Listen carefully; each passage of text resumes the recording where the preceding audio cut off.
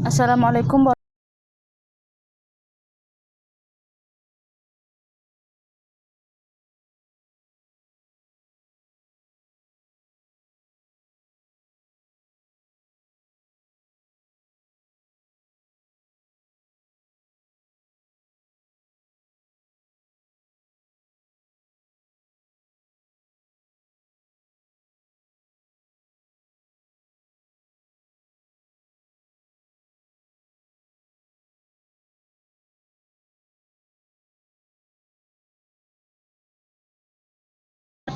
dari dongeng dan juga legenda. Namun sedikit adik-adik yang membaca cerita rakyat dalam bentuk hikayat ya.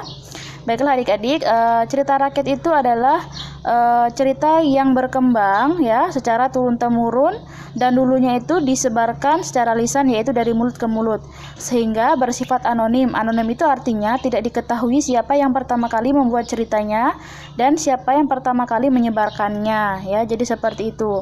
Baiklah adik-adik, cerita rakyat itu bentuknya ada macam-macam. Yang pertama ada dongeng, yang kedua ada legenda, dan yang ketiga ini akan kita bahas yaitu hikayat.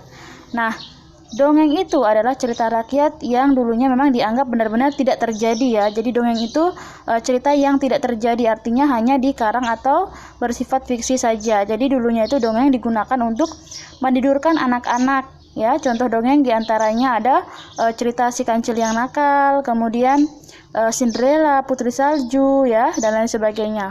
Sedangkan legenda itu merupakan cerita rakyat yang dianggap oleh masyarakat benar-benar pernah terjadi. Jadi cerita rakyat dalam bentuk legenda ini menceritakan tentang asal-usul kejadian suatu tempat ataupun nama daerah.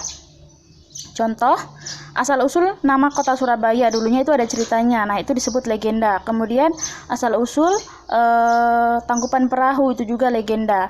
Nah, adik-adik, yang terakhir itu adalah hikayat. Jadi hikayat itu merupakan cerita rakyat ya yang berbahasa Melayu klasik. Jadi cerita rakyat dalam bentuk hikayat ini dengan memiliki ciri khas, yakni kemustahilan dan juga kesaktian dari tokoh-tokohnya.